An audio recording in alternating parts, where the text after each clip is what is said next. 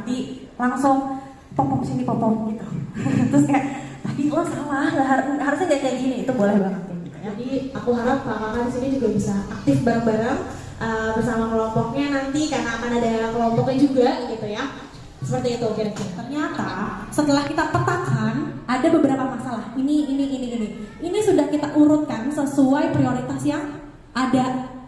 Prioritas itu diurutkan sesuai dengan keluhan yang paling banyak dari masyarakat, gitu ya. Seperti itu. Terus dijelaskan masalahnya. Oke. Sepengamatannya teman-teman di sini, masalah apa yang terjadi mungkin di SLB atau di rumah pelangi. Masalah-masalahnya aja ya. Tunggu sampai nanti di tahap-tahap selanjutnya. Kita masih di tahap enterprise. Diskusikan masalahnya saja. Terus ditulis di kertasnya.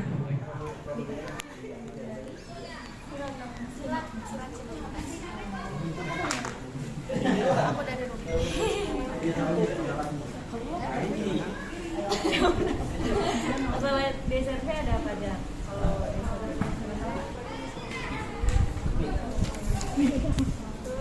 Kalau permasalahannya berbeda ya. Teman-teman 3 menit lagi ya. 3 menit. Oke.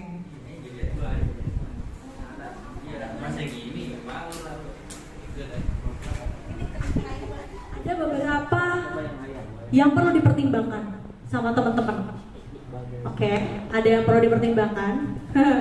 Mulai mengevaluasi yang rancangannya tadi apakah benar gitu ya. Aduh, lupa mempertimbangkan ada kebutuhan atau ketersediaan sumber dayanya, anggarannya, kapabilitasnya. Terus juga lupa mempertimbangkan waktu yang dibutuhkan untuk mewujudkannya, dan lupa mempertimbangkan solusinya itu bisa direalisasikan nggak di dalam kelompok, di dalam kontrolnya kelompok dan stakeholder yang ada di sini. Yes, ada 3 yang perlu dipertimbangkan. Ketika nanti Kak Adil memutuskan program kerjanya dengan ego, sudah pasti tujuannya sudah berubah. Mungkin nanti orientasinya akan uang, who knows ya. Who knows nanti mungkin Rumah Pelangi akan dijadikan yayasan profit, who knows. Nggak ada yang tahu ya, mungkin sekarang masih non profit, tapi nggak ada yang tahu misalkan nanti tiba-tiba profit dapat donatur atau apapun gitu ya. Kita kan nggak pernah tahu gitu ya bagaimana masa depan. Tapi itu masuk ke mission change menurutku. Karena ketika nanti Kak Adit sudah mulai membawa egonya ke dalam struktural organisasi, pasti ada tujuan yang berubah dari Kak Adit. Itu yang perlu dipahami. Itu pasti sangat mempengaruhi bagaimana nanti tim bawahnya Kak Adit itu bekerja. Itu sangat berkertas yang tadi yang ditulis sama teman-teman itu disimpan untuk siapa tahu ya, siapa tahu itu bisa jadi realisasi program kerja teman-teman ke depannya. Dan aku pesan ke teman-teman semua sebelum aku mengakhiri sesi aku di siang hari ini, aku pesan ke teman-teman semua, ketika ada orang yang mengutarakan ide, tampung semuanya, tampung semua ide, karena kita nggak pernah tahu ide itu akan bisa direalisasikan kapan. Walaupun kita melihat ide itu tidak mungkin direalisasikan sekarang, tapi siapa tahu ke depannya di program kerja selanjutnya itu sangat mungkin terjadi ternyata si ide orang tersebut. Jadi setidak masuk akal apapun ide, tampung semuanya, respect gitu ya. Itu banget kan mengenai desain itu tadi gitu. Nah aku pengen sedikit mengasih kesimpulan pada kali ini. Jadi tadi Kak Robi sudah menjelaskan mengenai manajemen, dan dinamika organisasinya.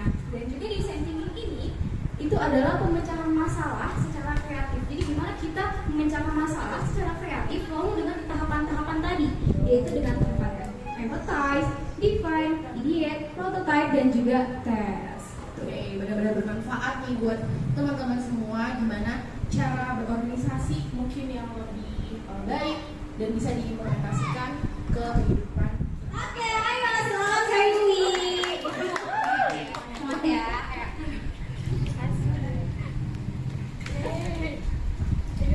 Oke, baik. Sebelumnya, Assalamualaikum warahmatullahi wabarakatuh. Untuk sesi kali ini kayaknya lebih ke sharing session ya. Mungkin kakak-kakak lebih berpengalaman daripada aku khususnya. Jadi kita bisa berbagi pengalaman dan bisa bertukar pikiran untuk tema kali ini. Nah, Di tema kali ini aku ingin membawakan bagaimana sih cara kita untuk membentuk lingkungan yang untuk belajar yang interaktif. Yang selanjutnya ada reading. Nah, peserta didik ini terus-menerus diusahakan untuk membaca buku gitu. Nah, selanjutnya ada audio visual di mana peserta didik ini dapat melihat peserta didik ini tidak hanya ikut dengan pengajar, tetapi juga pendidik. Pengajar ini hanya memberikan ilmu-ilmu secara materi pelajaran. Namun berbeda dengan pendidik. Pendidik ini memberikan insight atau masukan terkait dengan sikap-sikap atau kepribadian yang akan dibahas diimplementasikannya dalam kehidupan sehari-hari. Nah, selanjutnya adalah games. Games pasti kakak-kakak semua udah hatam ya tentang games buat anak kecil atau adik-adik yang bisa memancing interaktif. Tapi juga ada pembelajaran yang dapat diambil oleh peserta didik ini. Ketika kitanya heboh, adik-adiknya ini juga merasa bahwa euforia yang ada di kegiatan itu bisa membagikan motivasi dan juga keinginan untuk belajar lebih lanjut gitu. Selanjutnya adalah multimedia. Kalau ini bisa diterapkan ketika emang fasilitasnya itu memadai. Saya perwakilan dari Sekolah Rakyat Bekasi.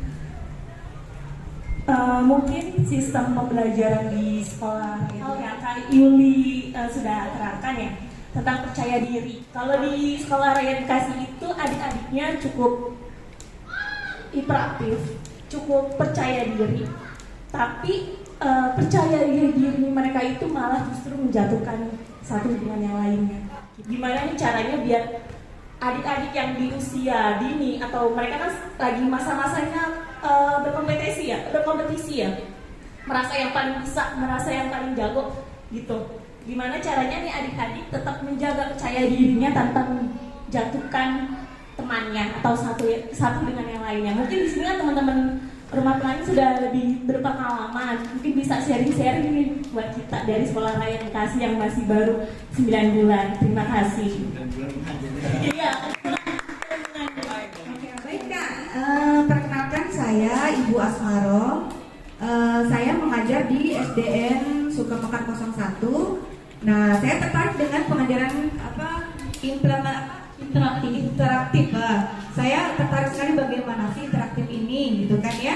Kemudian saya ingin sharing juga ya, menambahkan bagaimana penerapan interaktif ini untuk anak yang ABK gitu ya. Kadang kan di sekolah kita nggak boleh menolak anak ABK gitu ya. Nah, bagaimana penerapannya untuk anak ABK ini Kak di dalam kelas itu? Kadang sulit bagi kami para guru untuk karena basic kita itu anak ABK itu harus ada guru khusus gitu kan ya untuk menangani. Nah, tetapi diserahkan ke sekolah kami gitu kan yang tidak ada latar belakangnya. Kami itu dari pendidikan ABK itu nggak ada gitu kan. Saya mohon mungkin ada ya yang pengalamannya tentang anak ABK ini. Terima kasih Kak. Assalamualaikum warahmatullahi wabarakatuh. Nah, masalah di saya itu kenapa anak-anak ketika relawan aja, cuman relawan rumah pelangi yang untuk mau ngajar, untuk mendidik ya, untuk program saya yang udah ada, itu mereka minat belajar kurang. Itu ada apa gitu sama anak-anak itu, kenapa? Ketika anak-anak dikasih hadiah, dikasih makanan, terus dan lain-lainnya, apakah itu efektif ketika mereka cuman hanya berpendapat ketika dia nyampe ke sini, mereka ada maunya aja gitu, intinya kayak gitu. Ada maunya aja ketika mereka kesini. Nah, apakah saya harus kalau tamu jangan bawa makanan gitu. Jangan bawa hadiah. Mungkin itu aja dari saya Kak, masalah saya di situ sih. Assalamualaikum warahmatullahi wabarakatuh. Ya mungkin mau sekedar sharing tadi atas kegelisahannya Kak Adit ataupun teman-teman dari Rumah Pelangi. Kalau misalkan di Sekolah Rakyat Bekasi ini, jadi kita kalau untuk perihal donasi ataupun snack ya biasanya kan ada dari mahasiswa ataupun dari komunitas ataupun dari pergerakan-pergerakan itu kalau datang atau main ke Sekolah Rakyat Bekasi suka membawa snack gitu kan. Tapi sebelumnya kalau di Sekolah Rakyat Bekasi ini bilang untuk tamu atau pihak eksternal yang datang untuk tidak membawa apapun gitu. Jadi misalkan contohnya misalkan teman-teman dari Unisma membantu Sekolah Rakyat Bekasi itu bisa dikoordinasikan dengan kakak-kakaknya apa yang mau dibawa gitu. Karena misalkan terus-terusan mereka diiming-imingi atau terus-terusan dikasih dengan snack, buku ataupun dan lainnya, mereka berharap datang ke Sekolah Rakyat Bekasi itu untuk mendapatkan sesuatu hadiah, bukan untuk belajar gitu. Nah kalau misalkan di Sekolah Rakyat Bekasi itu kita juga sempat mengalami fase gimana adik-adik itu semangatnya turun dalam berkegiatan karena yang ditemui Kak Hari lagi, Kak Fani lagi ataupun Kak siapanya lagi. Tapi di sini kita mensiasatinya dengan cara kita tanya ke adik tersebut mau belajar apa, mau berkegiatan apa, itu bisa menambahkan motivasi atau semangatnya mereka gitu sih kalau mungkin dari Sekolah Rakyat Bekasi. Gitu. Terima kasih. Terima kasih Kak Tari atas jawabannya yang mungkin bisa diimplementasikan juga di Rumah Pelangi. Mungkin ada yang mau sharing lagi tentang pertanyaan yang diajukan atau kita aja yang sharing gitu ya.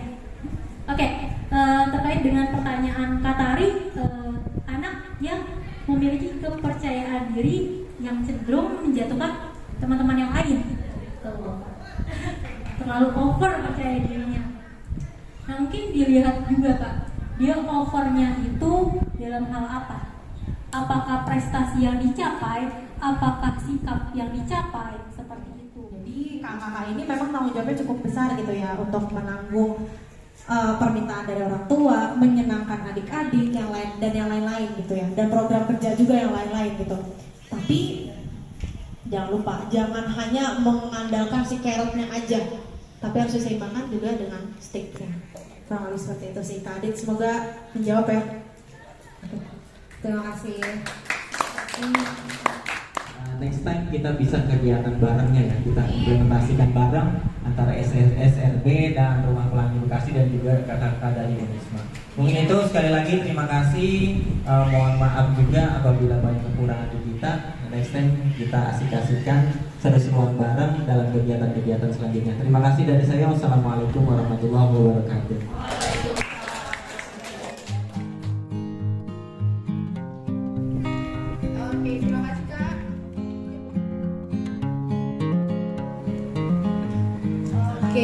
Terima kasih Kak Adit dan panitia MC.